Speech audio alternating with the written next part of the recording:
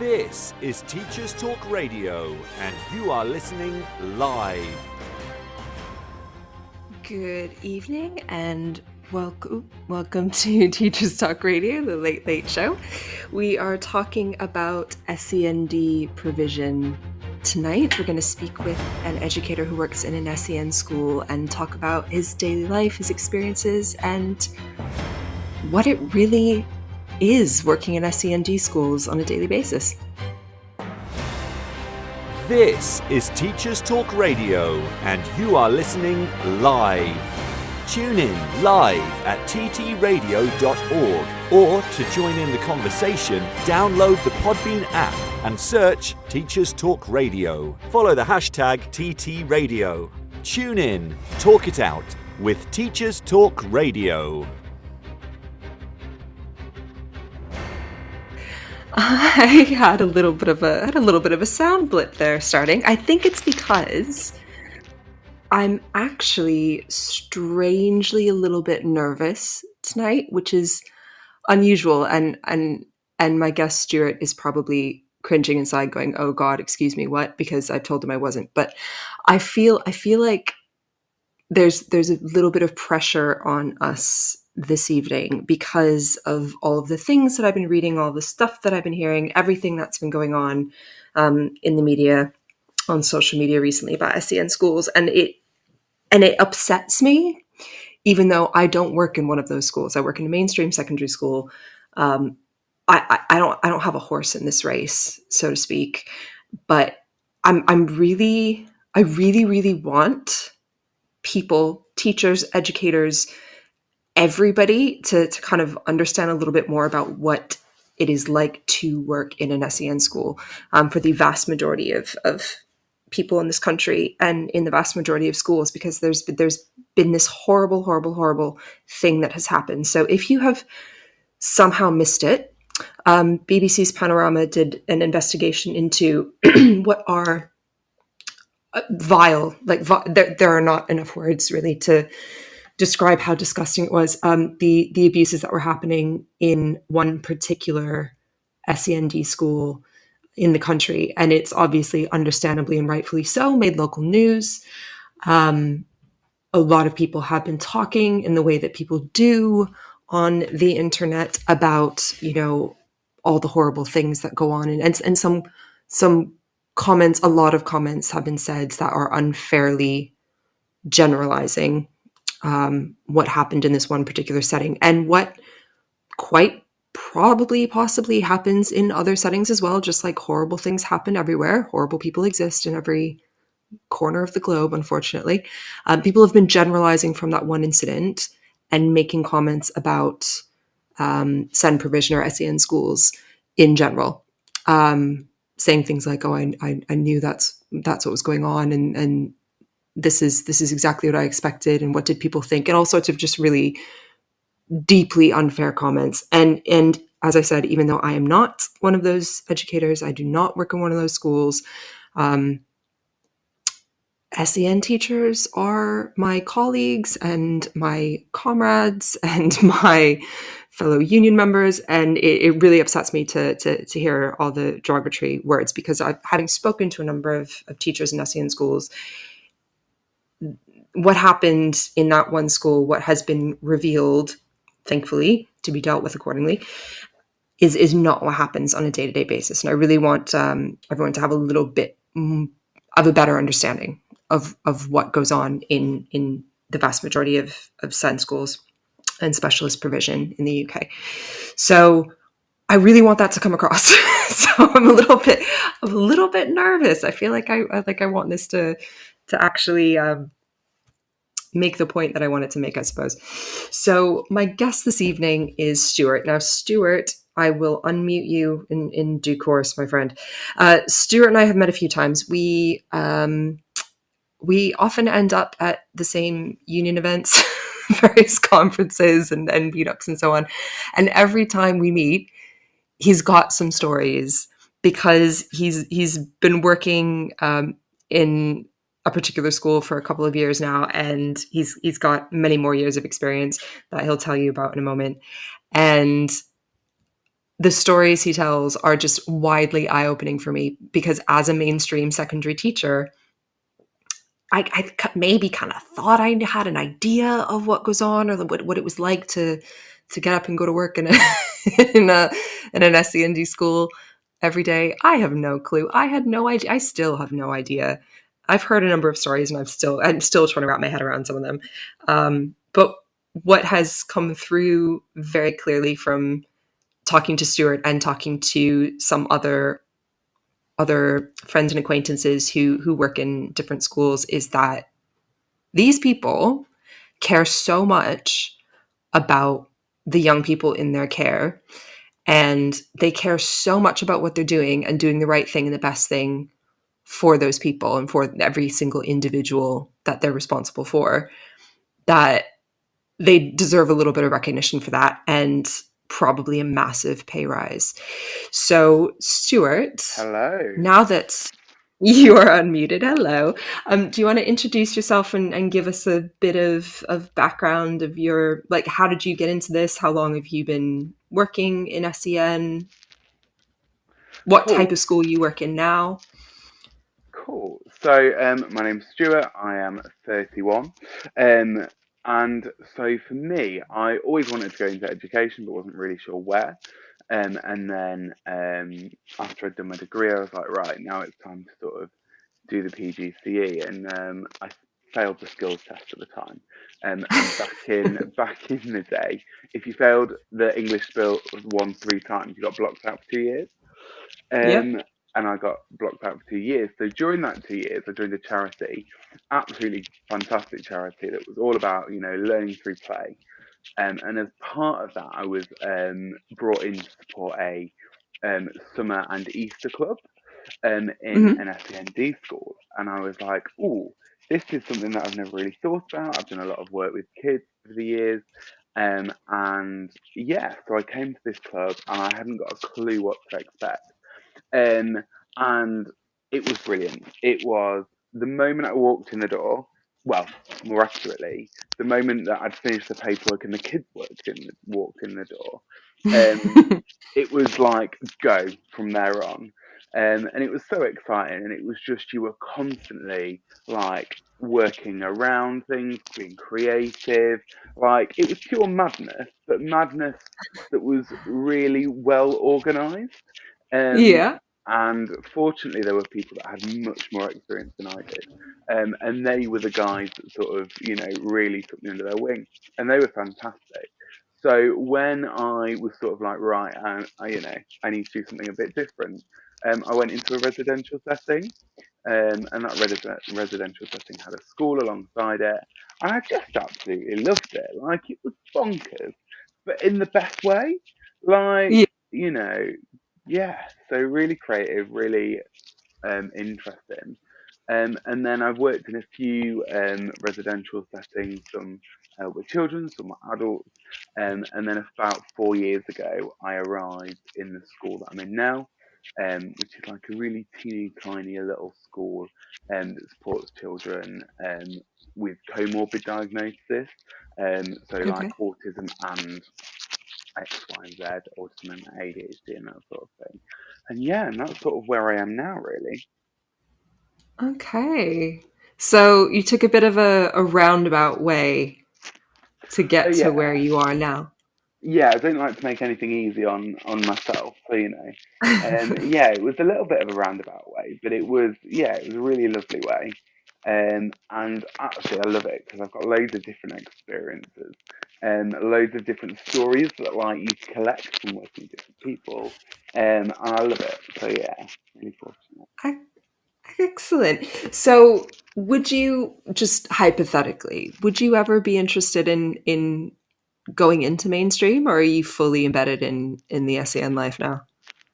So I've definitely considered it because there are things in SDN that make you just think, whoa. Um, but I genuinely don't think I could do it. Like, hats off to mainstream teachers. The idea of having 25 to 30 kids in a classroom genuinely blows my mind. Like, I've worked in schools where, it's between one and eight, and sort of in a similar vein now. And I just think, you know, absolutely, different places have their different challenges. But yeah, the idea of having 30 kids in a class, Absolutely. like, hat off to you guys. Yeah, it is. It is a whole different world. And we're going to talk about those in just a moment. Hi teachers, we're Apps for Good, and we give schools like yours free introductory computing courses.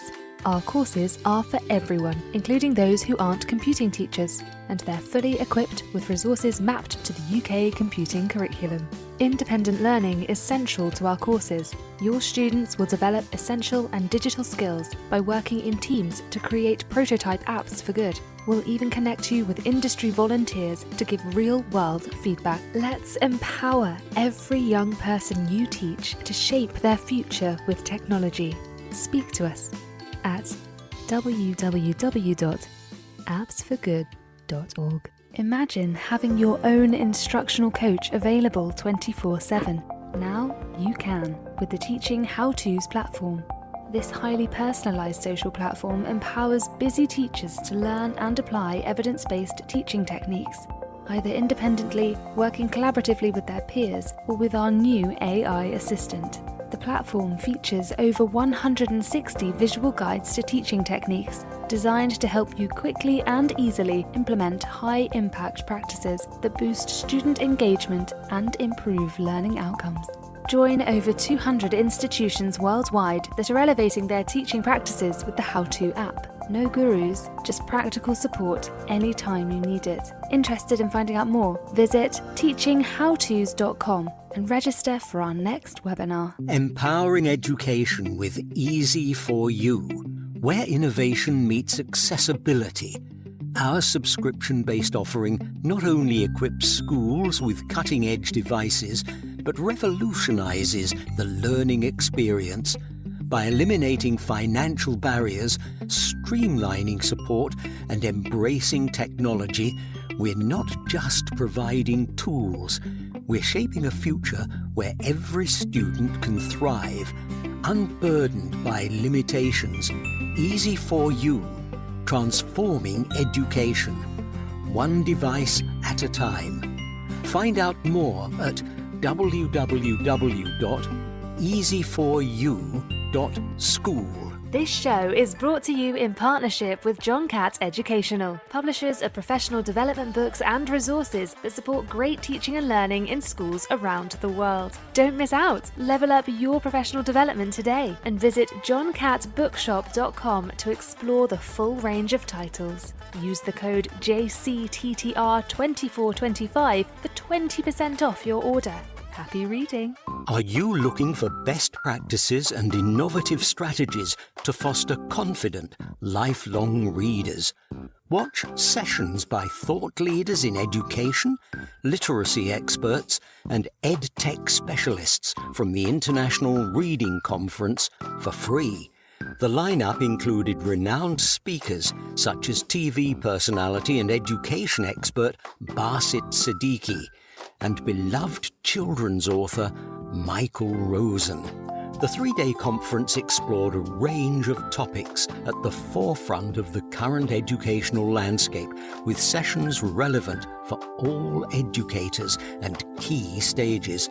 Sign up to receive the recordings for free by visiting the Reading Solutions UK website at readingsolutionsuk.co.uk.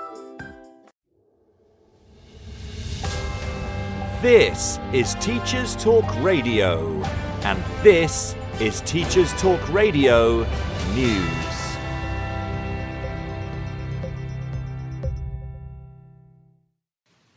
Artificial intelligence is in the news after a study at a UK university conducted a real-life Turing test. The University of Reading published its findings in the PLOS ONE Science Journal. In the study, 33 alias student profiles were set up by the university's tech team. The alias students were all completing Bachelor of Science degrees in psychology across different years of study. The researchers helped the students to complete a range of exams and online assignments using unedited answers written by ChatGPT-4. Researchers found that 94% of their AI submissions slipped by the examiners unnoticed, and the AI students did better than their peers, with an 83.4% chance they could outperform a random selection of real student submissions. One of the study's authors said it should be a wake-up call for educators. A recent UNESCO survey found that less than 10% of schools worldwide have policies or guidance in place regarding generative AI. Further details of the study can be found in the PLOS ONE Science Journal. Middlesbrough Council East of England is to trial auto-enrolment for free school meals, according to the local government website. The pilot scheme will ensure automatic enrolment as a safety net for children whose families do not apply. Parents will have the right to opt out. The council said reasons for families not claiming free school meals included not understanding the application process, low levels of literacy, language barriers, and stigma. A sample of 60 Middlesbrough households found 11 eligible families were not signed up for free school meals, and the council said this meant schools missing out on thousands of pounds in funding. A similar process introduced in Sheffield in 2016 saw £3.8 million worth of extra pupil premium funding allocated as a result of auto-enrolment. The Star in Sheffield reports that universities in the city have launched litter patrols to reduce what they call end-of-term dumping. According to the article, enforcers will be out in force over the coming days as tenancies come to an end and 50,000 students move out of their rented accommodation. The joint approach by Sheffield and Hallam universities comes after residents complained about piles of rubbish left on pavements. Both universities have said that they work closely with the City Council and give regular reminders to students to put excess waste in bags neatly outside. A spokesperson went on to highlight that since 2013, students in Sheffield have raised over £1 million for the British Heart Foundation by donating items at the end of term rather than throwing them out. Schools Week reports that trusts are warning they face having to make significant redundancies and have no choice but to exclude vulnerable children following shock cuts to SEND budgets in the middle of the year. Multi-academy trusts have written to Norfolk County Council in a last-ditch bid to avoid a funding cliff edge, after learning last week how a revised approach to top-up funding would impact them. As first reported by Schools Week in January, Norfolk was not then on track to meet its government safety valve agreement. In January, it received £70 million to balance its high-needs budget, but was told to submit revised plans and to join an enhanced monitoring scheme. The council has adjusted overall top-up funding allocations to remain within budget, but this means allocations will fall. The council acknowledge it will create some challenges for schools. The letter, signed by the heads of 5 multi-academy trusts in the area, have revealed their shock and disappointment and stated it will result in significant redundancies. It goes on to say the effect on children will be negative in the extreme. The full article can be read on the Schools Week website. Finally, the BBC News website reports that Japanese Emperor Naruhito has returned to Oxford University as part of his state visit. The Emperor, then Crown Prince, attended Merton College, complete with security detail, during the early 1980s. A former roommate of the Emperor said he was very down to earth and didn't use a title, preferring to be called Hero whilst he completed his studies. This has been your Teachers Talk Radio News with Joe Fox. So, Stuart. Hello. What would you say? What would you say is the biggest thing that puts you off working in a mainstream school? I have a whole list of questions for you about SEN, but I want to get inside your head. So you said the class sizes scare you. Is that the biggest thing? No, I think for me, what I love about SEND is the ability to be truly creative. Okay. And I know some fantastic mainstream schools that are, and teachers that are so creative. So I'm not saying that doesn't exist within mainstream at all. I just think that because of some of the differences, some of the changes of expectation and what the young people need, because that's different, it gives us a bit more scope to be creative. Yeah, that's probably fair. Yeah. Yeah, I think I know, I would agree with that. I mean, we are so limited by this extensive curriculum and all these different subjects, and then of course exams, exams, exams, exams. It really does at times very often feel like the creativity is being sucked out of everything. I think that's a fair comment. Do you prepare your students for any sort of exams or final assessment of any kind, or is that not something you do? yeah, so absolutely. So I've worked in a few different schools in a few different roles. And so there's like more informal curriculums that have like qualifications attached. Mhm. And then we've had people do a variety of different functional skills, unit awards, and we have had learners that we've prepared for GCSEs. Oh, And they may have done it over sort of 2 years instead of, as in, you know, done it over slightly longer. But mhm. actually, it's weird because we work with learners that are still working on the EYFS, um, and Yeah. working with learners that can access GCSEs. So it's a really Yeah. wide scope of young people within that sort of group. Yeah. But I suppose if you have so few of them, you're able to cater toward their individual needs in a way that I suppose most mainstream schools with 32 kids in a class aren't able to do. Yeah, 100%. And I mean, a lot of individuals with autism have, very specialist interests. And Yeah. actually, we are able to create or develop curriculums or adapt curriculums to really meet those interests and needs. So we're Yeah. really fortunate to have that option, really. Yeah. This is just all sounding very appealing so far for me. So do you teach in different are they distinct subjects, or how does the curriculum generally, I know it's very significantly adapted for individuals, but how would the is the curriculum organized in general? So again, you go into different classrooms and it's completely different styles. Oh, So um, we have some classrooms that are working on sort of a learning to learn curriculum, and that has a lot more cross curricular stuff in. But within the yeah. rest of our classrooms, it is um, subject based, but it's Okay. also working on along those EHCP outcomes. So you're intertwining sort of both of those elements within that really, and just being more aware of how you can draw, the really important cross curricular links in. Yeah. Okay. And how many, I guess, is I'm imagining, right? There being like five kids in a class and like three adults in the room, or is this wildly inaccurate? Like, what's the student to staff ratio generally?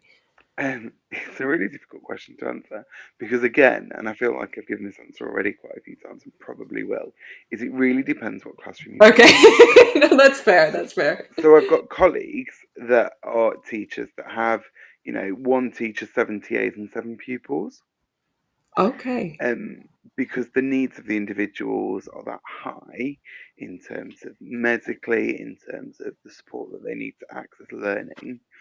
But I also know that there's colleagues that have classes that are sort of, one member of staff to 5 pupils. And I mean, even within the setting that I'm in, we go anywhere from, you know, two staff supporting one pupil to, one staff between 2 pupils. Yeah. Um, which, yeah, it massively varies. Okay. So what I'm getting is there's a heck of a lot of creativity and flexibility and individual planning and adapting that is just not feasible really at all in a mainstream school.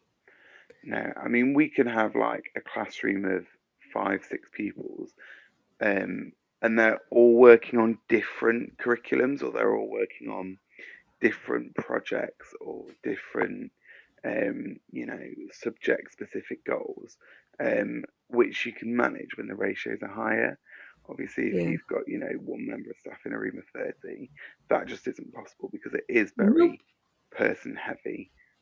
in Yeah. terms of supporting them to do it adequately as well. Okay. So what would a typical day, if there were no, unplanned events or emergencies or unexpected chaos, like what would a typical day look like for you? I mean, I don't really think there is a typical day. I don't know. Um, Just as soon as it came out of my mouth, I was like, "Oh, this is another one." So do you get to work, and do the kids have like a form group, or are they all together, or is it literally every single day is different? yeah, so they're broken up into classes, and those classes Okay. stay the same throughout the day. Generally, Okay. there's occasionally swap overs, but generally they stay within the room that they are in. So the staff are the ones that move, not the pupils.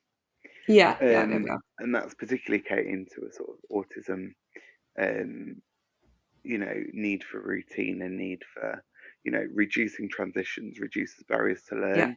Yeah. Ideally, that isn't the same across the board, and that is a bit of a generalisation. But we find for our pupils, it's much easier for the staff to move than it is for the young people. Yeah. Fair enough.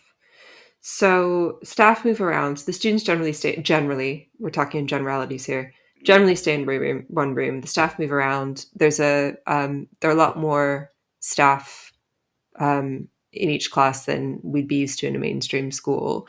And there's yeah, so much flexibility that we just do not have. I mean, so far, this sounds great. it sounds this sounds excellent.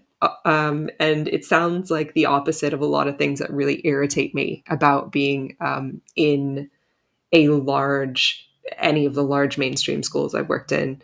Because I've always hated that. Even as a student, I hated the transitions. I hated, like, yeah, now you focus on English. 1 hour later, bell rings, go here. Now you focus on math. Bell rings, go here. Now you focus on history. Like, it used to drive me up the wall. So this is all sounding wonderful. Um, so I suppose as a counter to that, what's the most ridiculous thing that happened recently? What's the most ridiculous thing that happened What's the most recently? ridiculous? What would shock me if we were at another conference and we were sitting around a table and you wanted to get that look on my face that looks like I've just seen, like, the mouth of the universe open up in front of my face. What what would scare me? What's happened recently? So I think one of the random things that often happens is we see behaviour that can challenge, So like I've been in situations where, a young person's bitten me, and I don't just mean a little nip, I mean like a full on tasty chew. Um, and within 5 minutes, you're back in there. You're sort of supporting that young person again. You're covering up. Obviously you've gone and got all the first aid stuff that you need to do. But then, yeah, you're back in there, and you can be laughing and joking. And it's really difficult for people to like understand. And when I look at it from a sort of third party point of view, you think that's mad. Like that child literally just burned me. But actually, the next in 5 minutes later, you can be playing games and having a right laugh. And I think it's something that's a little bit mind blowing, but actually it's quite fun. It's a little bit crazy. And I mean, my wardrobe, I have to do a bit of a like robustness check. Um, so like literally, I have to do a bit of a pull test, and if it survives the pull test, it's all right. Wait, what's Um, what's the pull test? Do you actually just try and rip it apart? well, so I don't in shops because you can get in a lot of trouble for that. But like I've learned over the years what clothes rip very easily. And my go-to at the moment is polo shirts, like the polo, um, but like the ones you use for golf because they are Yeah, yeah, unrippable. I mean, I'm sure if someone got a pair of scissors, it would rip, but they are yeah. almost unreachable. It is fantastic. Um, yeah, it's something I never See, thought I'd have to look for in clothes. Like, how no, easy that is it that to wasn't. rip? But Yeah, can a child? I mean, I'm imagining maybe nursery, like early years. I think early years teachers probably have to make that a similar consideration with yeah, that. definitely. But That's Um, pretty much it, I would hope. Yeah, yeah, no, you had me at the biting because if a I'm just trying to imagine like if any child tried to take a chunk out of my arm, that would be a whole different set of responses. I feel like I'm right. So in a mainstream school, if a child's bit a class teacher, like in a mainstream class, bit the teacher, there would be very serious behavioral consequences, sanctions for that. There would be all sorts of meetings with parents and conversations about whether this was the right placement, which I suppose is entirely the point. Um, I feel like my concern, right, and this comes to my head so often when we're having conversations about this stuff. If someone touches me in a way that my instinct deems is inappropriate, I have a physical response. Do you not have that? Like if somebody, and I'm not expecting it, even just like pokes me or touches me the wrong way, like my elbow goes up. I'm ready to I am ready to throw down, and it's a physical instinctive response. Like when I'm holding a baby and a baby like pulls my hair really suddenly, it takes every cell in my body, every ounce of brain power and self-control not to yeet the baby across the room, because it's a physical response to somebody touching me in a way that I don't want them to touch. And it takes so much focus not to have that physical response. Sometimes I just feel like if I was trying to spin 10 plates in a classroom and someone like came up and bit me, I don't think I'd have the brain power or the focus to prevent my physical response in that moment. Like that's what worries me. Do you not do you just have like a really high tolerance for that kind of stuff? Have you built that up over the years, or is this just something you've just kind of accepted as like, yeah, I could get bit today. That's fine. Like, so how do you cope with that? yeah, I think there's a few different parts of the response to that. Firstly, um, we often have the chance to put the spinning plates down. So if a Yeah. child is struggling, you know, the lesson isn't the priority. The safety of the child and Yeah. everyone around them is paramount. Yeah. So first of all, we've put the plates down, and ideally put them away if they're breakable. Um, and then secondly, we get a lot of training. So SEN teachers get a heck of a lot of training. Well, they should do. I'm not saying they do in every place, but I've been really fortunate that we have, Mhm. things in place to support them, Yeah. because it is a working reality. It isn't a nice working reality. And the idea is that happens, as rarely as humanly possible. So there are times where we will put in steps to support that young person. And that is done in a very structured way through physical intervention. And, there are whole courses and really well researched methods to support them. But that is always the last resort. Yeah. If you can do it in any other way, give them space, move you out of the way. That is always the go-to, de-escalation and supporting them. And I think it's also remembering that they're dysregulated, so they're not Yeah. doing it because you know they want to hurt you. What they're doing it is as a form of communication. Hmm. And what I find really funny is that in so many situations, I or a colleague have left that situation and go, "What did I do wrong? What could I have done better?" Um, which if someone on the When you're street said to bleeding, you, when "Yeah, there's a chunk missing from your flesh and you're bleeding, what have I done? Yeah. Yeah. yeah," and it is, and I think the reflective capacity that you have to have in all sorts of teaching is absolutely phenomenal. But I think it's stepped up a gear, because you have to really look at these situations from that sort of what could be done differently to support the child. And often it is something really minor that's happened. Sometimes it is, you know, unavoidable in the sense of actually what you were doing was keeping that young person or the young people safe. And Yeah. actually, if that's the result, it's not what we want, and we try every other way to make sure that we're kept safe, but occasionally it will happen. And I'm really happy that I've got such a fantastic team that work around me now, and it is so much rarer now than it has been in many different workplaces. So I'm really fortunate with that as well, I think, really. Yeah, and everything you've just said about everything from the way you're talking about these young people to how you mentioned that how you respond. I mean, those incidents are relatively rare, I suppose, and then how you respond to them if you have to respond in a somewhat unpleasant way, I guess, being even rarer, more rarer. I'm an English teacher. I don't know. That I think is what the difference is between most people who do what you do or do a similar job, and then that horrific um that I haven't watched the whole thing. I've watched clips from that show, but I haven't watched the whole thing. You haven't either, have you? The Panorama thing? No, because why would you want to? Like, literally, why would you want to? I've read about it. I've watched some clips. I don't need to see the whole thing. And that's like, it's just a polar opposite of what is going on in that one particular place.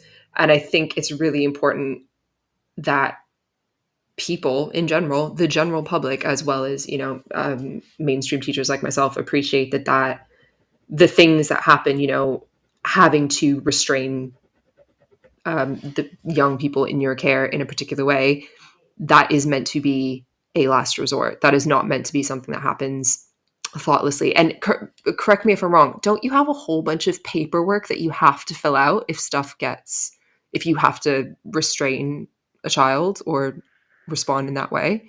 Yeah, absolutely. Because, the legal requirement of having to do that is that it's the safety of the pupil and the safety of others. Um, and, actually, if it doesn't meet that criteria, what you've done is illegal. Mm-hmm. There are a few other things, but generally the rule is if it's not keeping someone safe and it's not reasonable and proportionate, then it's illegal. And you have to justify everything that you've done and why you've done it, which is absolutely how it should be, because, at the end of the day, you are working with the most vulnerable young people in society.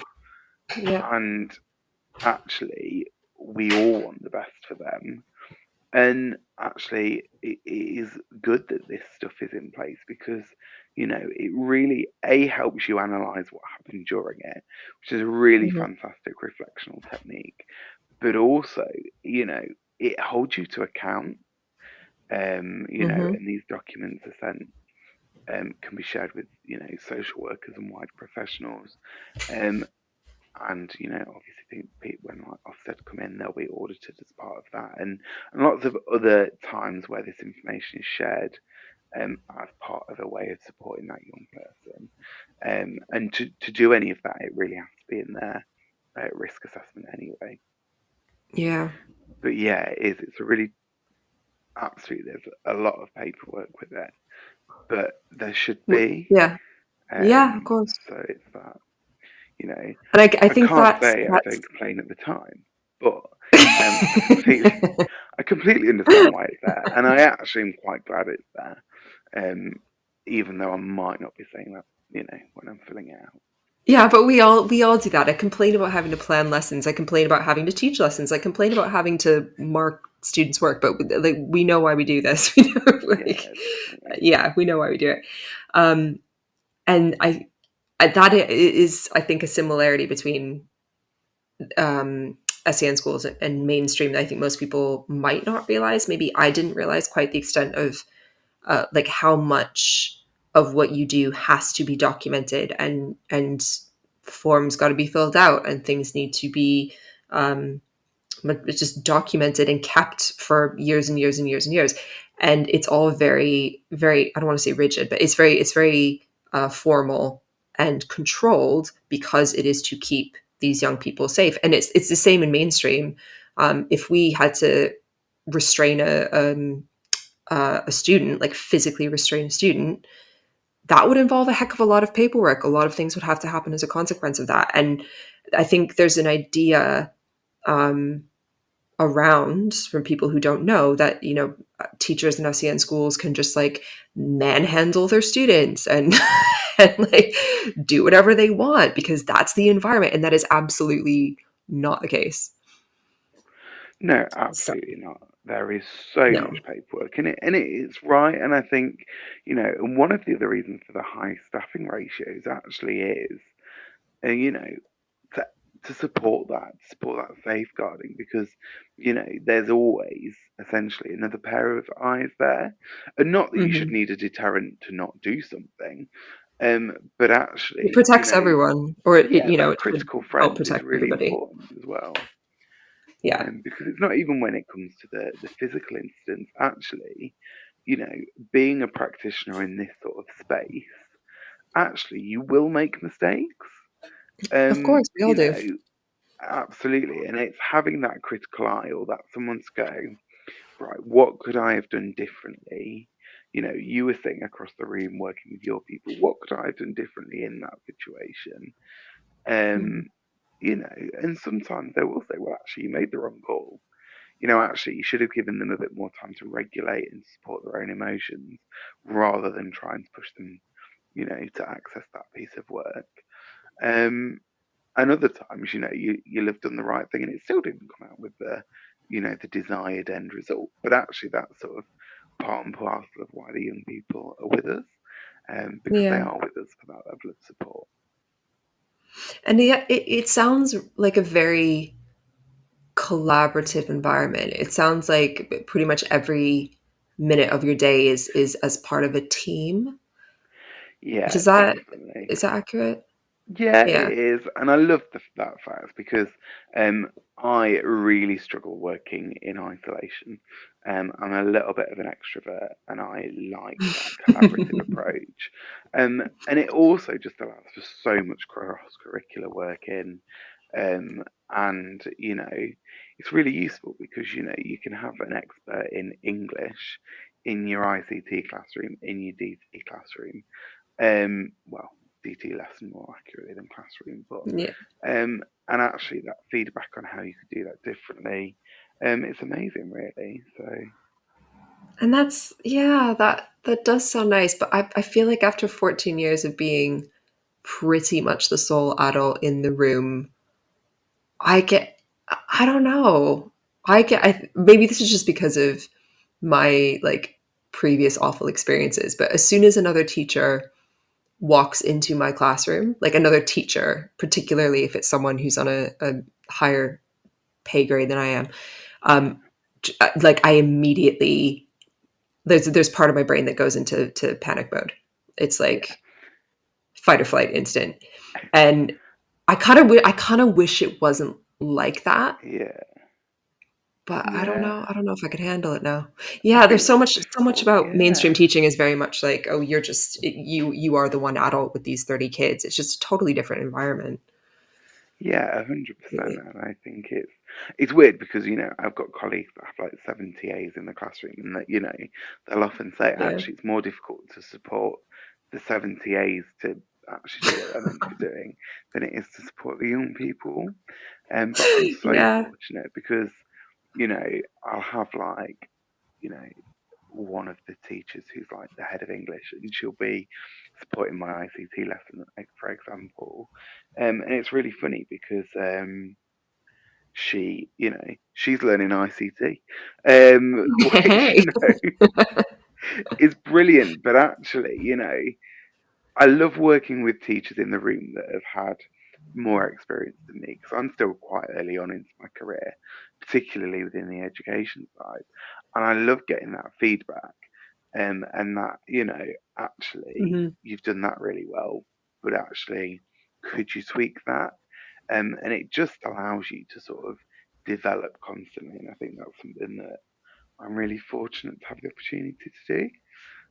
So I love Yeah. that. But yeah, I imagine coming from 14 years of being the sole adult in the room, quite difficult, Yeah. particularly if you've not had those people that want to come in and be really collaborative with supporting you and Yeah, what well, you're that's the doing. thing. When someone walks in the room in a mainstream school, it's usually with a clipboard and a raised eyebrow. I mean, Not always by Yeah. any stretch, but I there's mean, always that. You always feel like they are.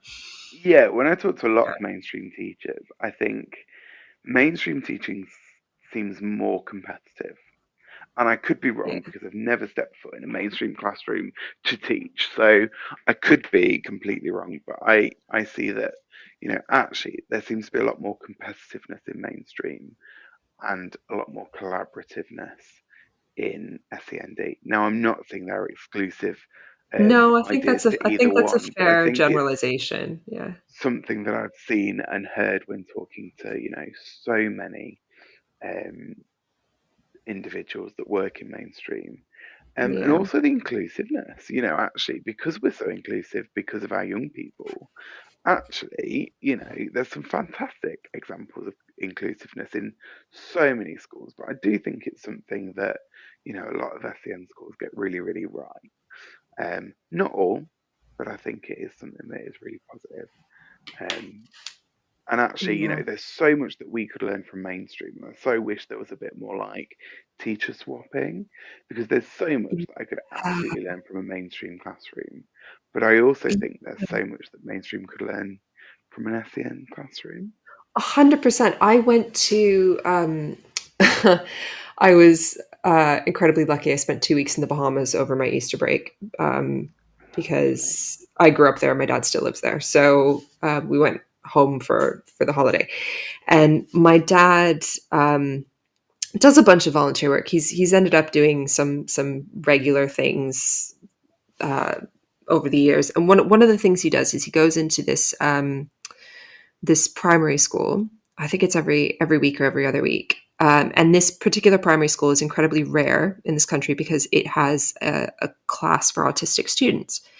And I mean, when we talk about SEN provision globally, it's like that would be a whole year's worth of shows.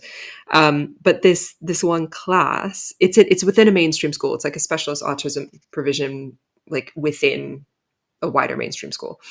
And he goes and he just reads to them. Like he just reads to them. And I've been hearing about this for years, and he's been trying to get me there for years, but I've never been able to go when I was home until now.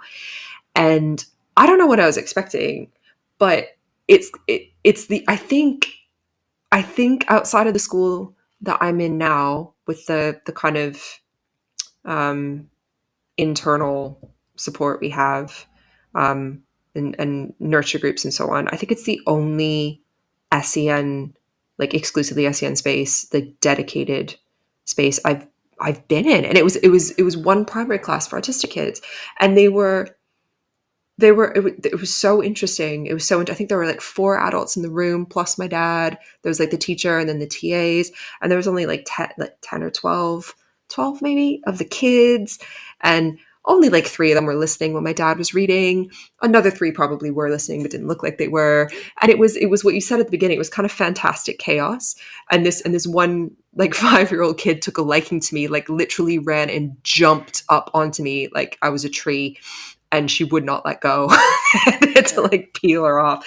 It was a really eye-opening experience. And I remember thinking at the time, like, it would be so beneficial if we could do more of this. Like if I didn't have to like go to a foreign country on my holiday to get this experience, if we could somehow do more swapping and more kind of visits between mainstream and like ideally with a secondary school for me, because I don't teach 5-year-olds on the daily, but nor would I ever.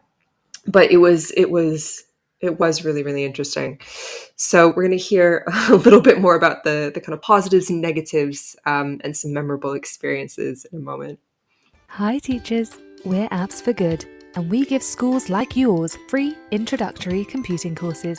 Our courses are for everyone, including those who aren't computing teachers, and they're fully equipped with resources mapped to the UK computing curriculum. Independent learning is central to our courses. Your students will develop essential and digital skills by working in teams to create prototype apps for good. We'll even connect you with industry volunteers to give real-world feedback. Let's empower every young person you teach to shape their future with technology. speak to us at www.appsforgood.org. Imagine having your own instructional coach available 24/7. Now you can with the Teaching How-Tos platform. This highly personalised social platform empowers busy teachers to learn and apply evidence-based teaching techniques, either independently, working collaboratively with their peers, or with our new AI assistant. The platform features over 160 visual guides to teaching techniques, designed to help you quickly and easily implement high-impact practices that boost student engagement and improve learning outcomes. Join over 200 institutions worldwide that are elevating their teaching practices with the How-To app. No gurus, just practical support anytime you need it. Interested in finding out more? Visit teachinghowtos.com and register for our next webinar. Empowering education with Easy4U, where innovation meets accessibility. Our subscription-based offering not only equips schools with cutting-edge devices, but revolutionises the learning experience by eliminating financial barriers, streamlining support, and embracing technology. We're not just providing tools, we're shaping a future where every student can thrive, unburdened by limitations. Easy4U, transforming education, one device at a time. Find out more at www.easy4u.school.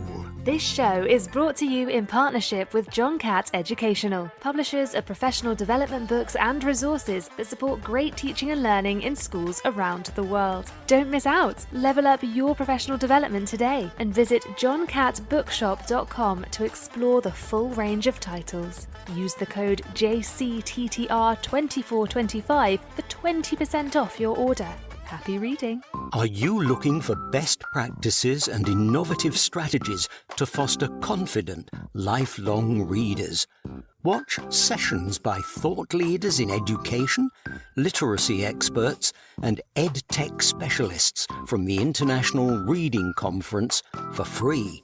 The lineup included renowned speakers such as TV personality and education expert Basit Siddiqui, and beloved children's author Michael Rosen.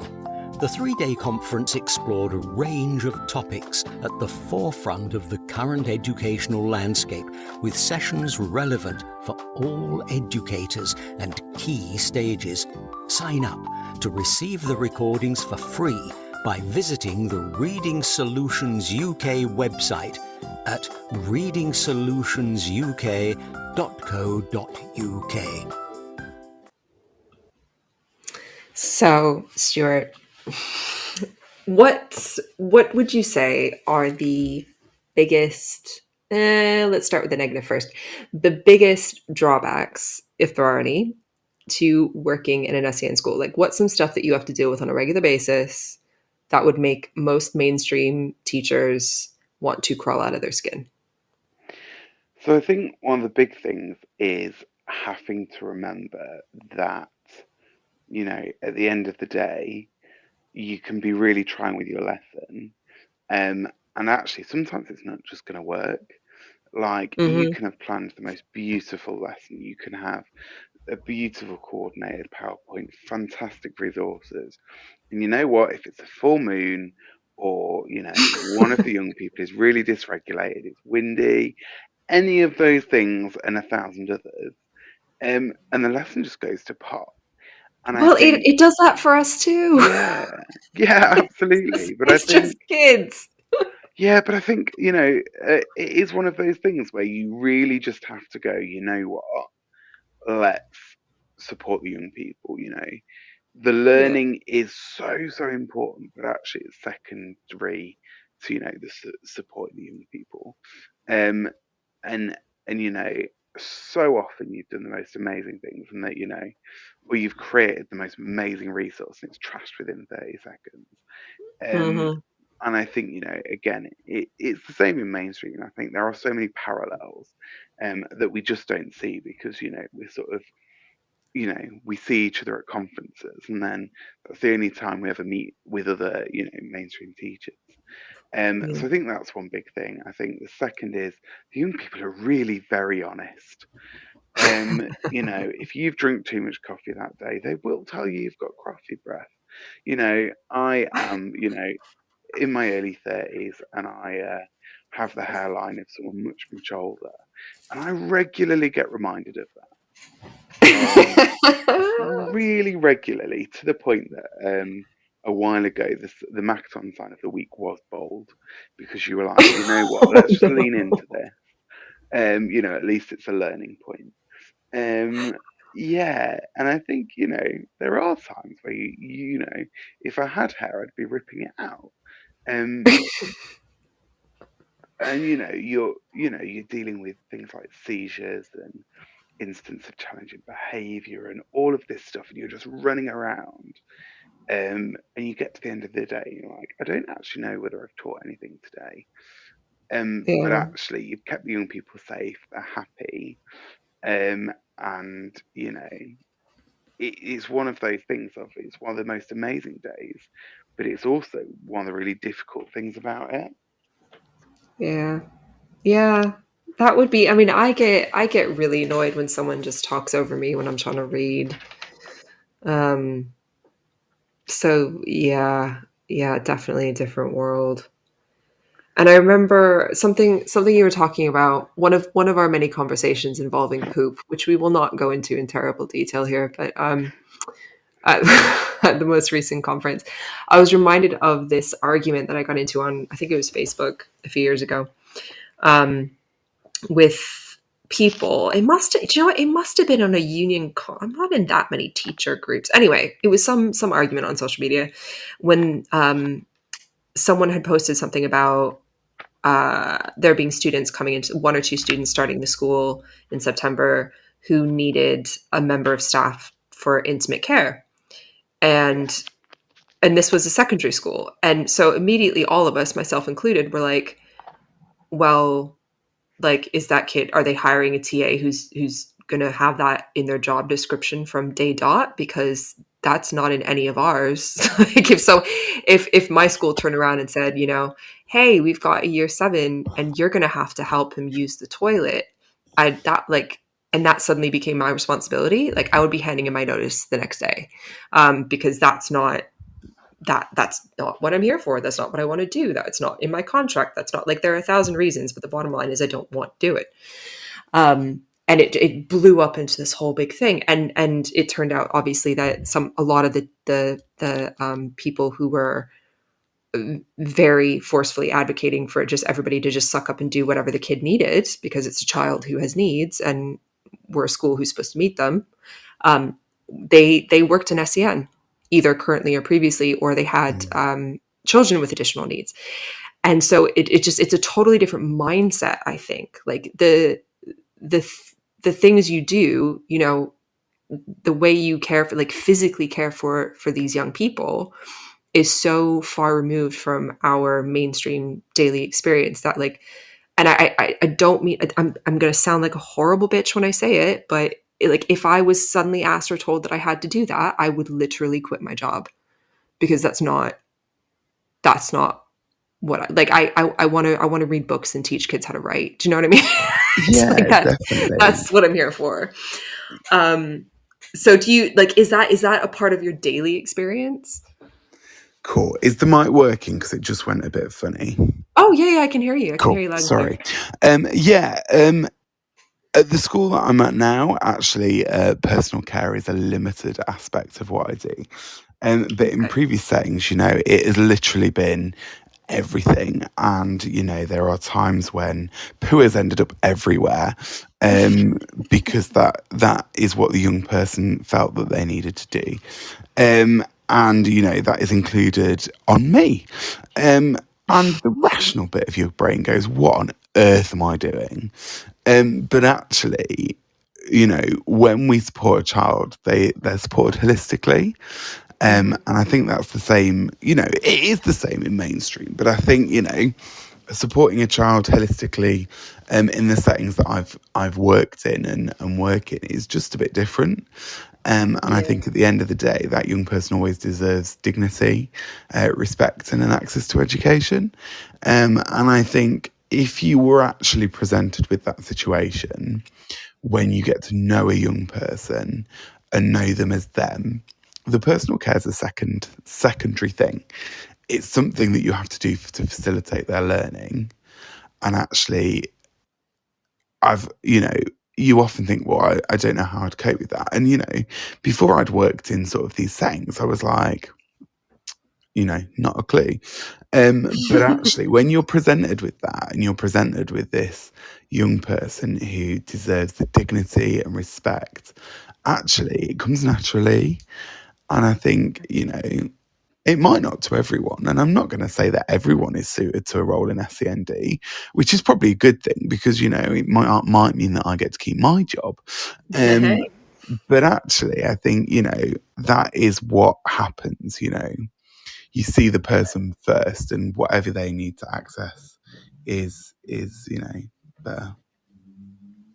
Yeah, no, that makes sense. I'm still not doing it, but I massive respect to you guys, honestly, because everything you said is obviously entirely correct. So, what is the biggest positive then? Because we're already over time, but it's okay. But what's the biggest positive aspect of this job? What gets you excited to get up and go to work? What makes it all really worthwhile for you? I think it's the small wins, and they look small on the outset. And the idea of teaching a child to ask for a drink, in theory that's a really small thing, but actually when you see it happen, a young person that hasn't been able to ask for a drink is then able to ask for a drink. That's huge. That means for the rest of their life they'll be able to get a drink when they want one, not when someone decides they need No, one. that's pretty big. It's pretty big. And it is literally, it's those little wins. And, you can come in some days and you're tired and, you're possibly a little bit grumpy. Not that we ever go into the classroom grumpy, No, teacher ever does never. that. No. But actually you can go in and you're not feeling it and they'll do something or they'll say something or there'll be that little win and you just think, you know what, it's all worth it. We get children who have been at 12% attendance and they're near 100% and it's actually, that isn't a small win, that's a big win, but actually all those little wins are amazing. And I love it because you do get to times where you're like, all I'm facing is paperwork. But then the young people learn something, they do something, they embed something, really get it, and it just makes it all worthwhile. It makes it sound lovely again. I've already forgotten about the poop, so no. And again, I think that's something that every teacher can relate to. Suddenly the thrill I get when kids master the semicolon just really pales in comparison to the genuine life-changing work that you're doing. But I'm gonna hold on to that one because I need it. I need the semicolon pride. All right. Thank you. Thank you so much, Stuart. It's been enlightening and hopefully a bit of honesty and positivity in the face of some horrible events and some rampant ignorance infesting social media, because that seems to be what social media is for these days. So thank you so much for coming on. No worries. And have a lovely evening. And whenever you are listening to this, have a lovely morning, afternoon life.